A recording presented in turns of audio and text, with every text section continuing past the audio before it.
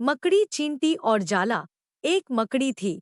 उसने आराम से रहने के लिए एक शानदार जाला बनाने का विचार किया और सोचा कि इस जाले में खूब कीड़े मक्खियाँ फंसेंगी और मैं उसे आहार बनाऊंगी और मज़े से रहूंगी। उसने कमरे के एक कोने को पसंद किया और वहां जाला बुनना शुरू किया।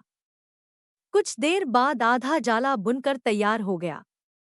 यह देखकर वह मकड़ी काफी खुश हुई कि तभी अचानक उसकी नजर एक बिल्ली पर पड़ी जो उसे देखकर हंस रही थी। मकड़ी को गुस्सा आ गया और वह बिल्ली से बोली, हंस क्यों रही हो? बिल्ली ने जवाब दिया, हंसू नहीं तो क्या करूं? यहाँ मक्खियाँ नहीं है, ये जगह तो बिल्कुल साफ सुथरी है। यहाँ कौन आएगा तेरे जाले में? ये बात मकड़ी के गले उतर गई। उसने अच्छी सलाह के लिए बिल्ली को धन्यवाद दिया और जाला अधूरा छोड़कर दूसरी जगह तलाश करने लगी। उसने इधर-उधर देखा, उसे एक खिड़की नजर आई और फिर उसमें जाला बुनना शुरू किया। कुछ देर तक वह जाला बुनती रही। तभी एक चिड़िया आई और मकड़ी का मजाक उड़ाते हुए बोली, अरे मकड़ी, तू भी कितनी बेवकूफ है। मकड़ी ने पूछा, क्यों?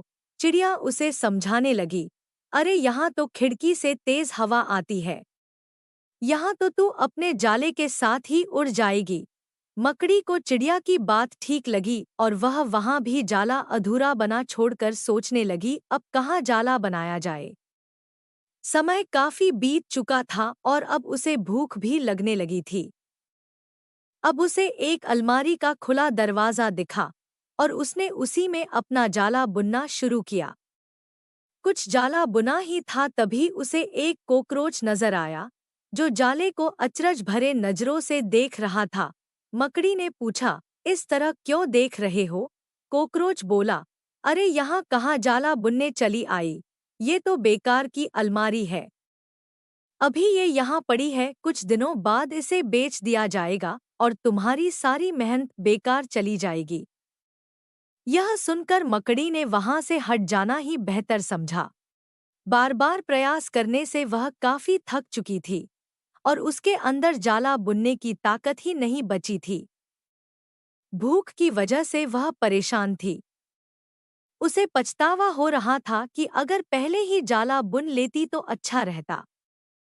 पर अब वह कुछ नहीं कर सकती थी, उसी हालत में पड़ी रही। जब मकड़ी को लगा कि अब कुछ नहीं हो सकता है तो उसने पास से गुजर रही चींटी से मदद करने का आग्रह किया।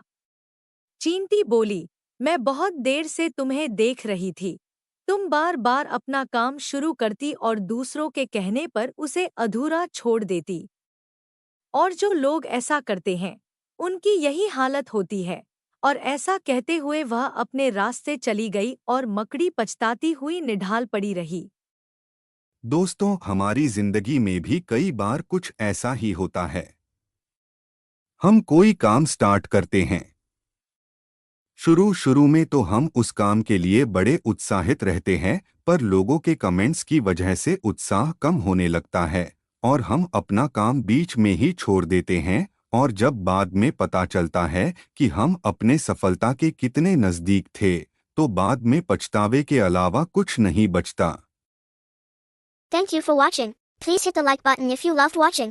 Subscribe to our channel, Bono Production, for more such content, and please hit the bell icon for instant notifications.